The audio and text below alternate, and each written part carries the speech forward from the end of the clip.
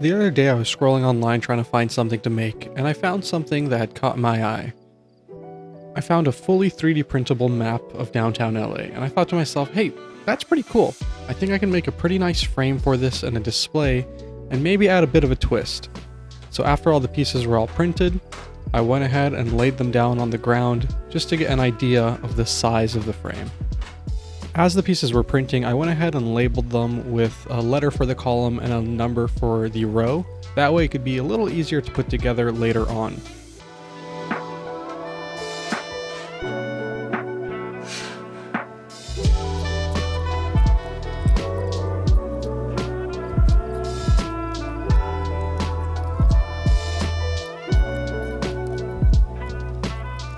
After making sure all the pieces were lined up properly, I noticed a big problem.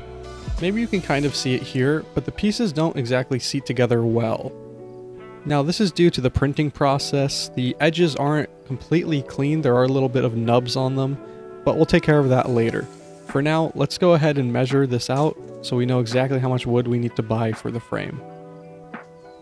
I went ahead and brought all the pieces outside because this next part is going to get a little bit messy. I decided to just try to use some 80 grit sandpaper to knock down those nubs on the edges to see if that would help with the pieces seating together. And it looks like it did a pretty good job at making the pieces seat together, so I just went ahead and sanded all 4 edges down of all 16 pieces. Now this did take quite a while and my forearms were on fire after all of this, but it's going to make the map look really nice and clean, so it's definitely worth it at the end. I picked up a 1/8 sheet of backer board from Home Depot and had them cut it down to 28.5 inches. This allowed about a 1/2 inch overlap on either side, so I would have something for the frame to mount onto later on. After sanding down all the edges, I wanted to get a general idea of what it would look like, so I reassembled the map. Now you guys have already seen me do this, so I'm not going to have you watch it again. So let me just fast forward here a bit. If I can figure out how to do that, let me see. How do I fast forward? Where the heck? Where did it go? Hey Siri, how do you fast forward in Premiere? You can fast forward through the Premiere Pro timeline by repeatedly hitting L. Similarly, quick reverse by repeatedly okay, tapping wait, J wait, to speed okay, up well playback. the thing's done already. Alright, never mind, stop. After putting the whole map together, it's really starting to come along and show a lot of the detail. The seams aren't really showing much, so it's really starting to come along and look like one uniform piece. I know there's a million and one ways to build a frame, but this is how I do it. I go ahead and miter one corner of the material I'm using and make sure it lines up with whatever I'm framing, and I go ahead and just mark out the opposite corner. I can then bring the piece over to my miter saw and line up the edge with the blade of the saw. I found this technique really helps to minimize any errors in measuring because you're really not measuring anything, you're using true measurements and just marking directly on the piece. So this is the easiest way I've found to build a frame. For the second piece, I go ahead and just miter the one side of the material again, line it up with the pre-cut side, and then mark the opposite side again. Okay, that was a lot of sides, but I think you get the general idea here. I'm just gonna go ahead and fast forward past this. Don't worry, I actually figured it out.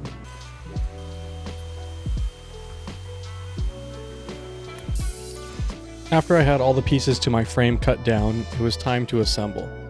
I used a generous amount of wood glue on each one of the seams. I just went ahead and used brad nails on each one of the corners to hold it together while the glue dried. I was also sure to put my fingers in the direct line of fire of the brad nailer. It just adds a little bit more fear, to make me less prone to mistakes. I did end up getting glue absolutely everywhere, so after cleaning up, I made sure to put a paper towel under each corner to minimize the amount of glue that spilled out.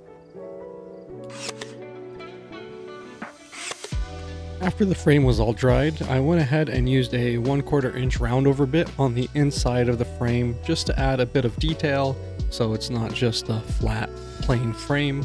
This will give a little bit more depth and make the frame look a little nicer. Then I could smooth out the whole frame with some 220 grit sandpaper just to finish it off.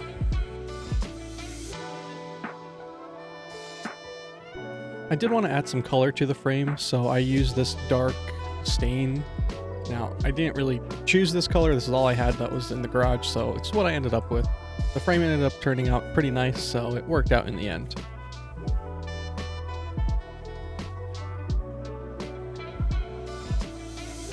Now while the stain was drying, I wanted to work on the backlighting for the map.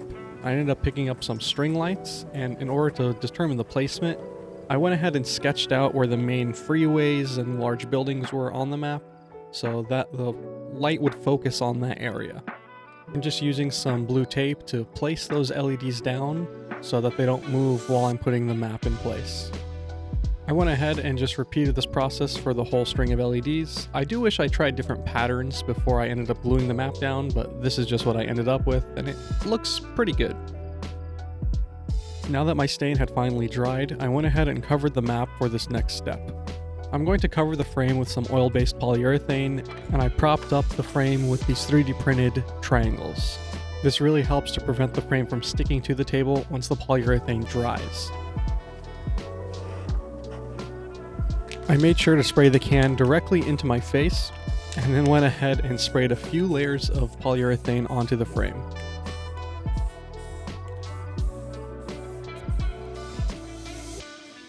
Once the polyurethane was finally dry, I went ahead and flipped the frame around so I could attach the backing. Now, if you were to do this, I would highly advise putting a piece of microfiber cloth or paper towel between the triangle and the frame, because I did end up denting it just a slight bit, but it's not that big a deal. It doesn't really show. After getting a good layer of wood glue onto the frame, I attached the backing with some staples. Now, because the map is actually pretty heavy, I went ahead and put more staples than I thought I would need, just to give it a little bit more support, and it's always better to err on the side of overbuilding something than it falling apart, I guess. In order to attach the tiles of the map to the backboard, I'm using this Loctite construction adhesive. After applying some to each corner of where the tile's going to land, and almost dropping the tile, I can go ahead and line it up on the backboard and give it some decent pressure to make sure it adheres. I can then do the same process for the second tile, applying some adhesive, and then making sure that the tile lines up and is level with the first one. I then repeated this process for the rest of the tiles until the map was complete. I'm using these sawtooth picture hangers for the frame. Now, I should have done this while the frame was flipped upside down, but I completely forgot to. So I'm just going to have to work with what I have. I still needed a way to house the battery for the LEDs, so I just designed and 3D printed this plaque that will go on the bottom of the frame. And after it was done printing, I could go ahead and take it off the printer, and I just had to clean it up and attach it. I did, however, forget to design a hole for the on button of the battery, so I had to crudely poke one through with a drill bit and melt the plastic down, but it works. It won't show it's at the bottom of the plaque. But now I have access to the button, and more importantly, the remote can now communicate with the battery pack to actually turn it on and off.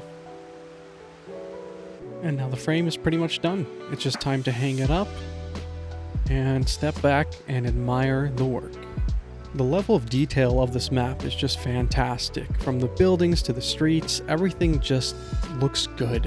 Hanging on the wall with the plaque and the frame, it's just a good looking piece. And let's not forget about the backlighting. This just takes it to a whole nother level of detail, and the LEDs really do look like city lights on the map. So I couldn't have been any happier with this. If you guys are interested in printing your own version of this map, make sure you check out 3D City Maps on Etsy. I will leave their link in the description below. Once again, thank you guys for watching. I hope you enjoyed this video, and subscribe to stay tuned for any future videos. Thanks again.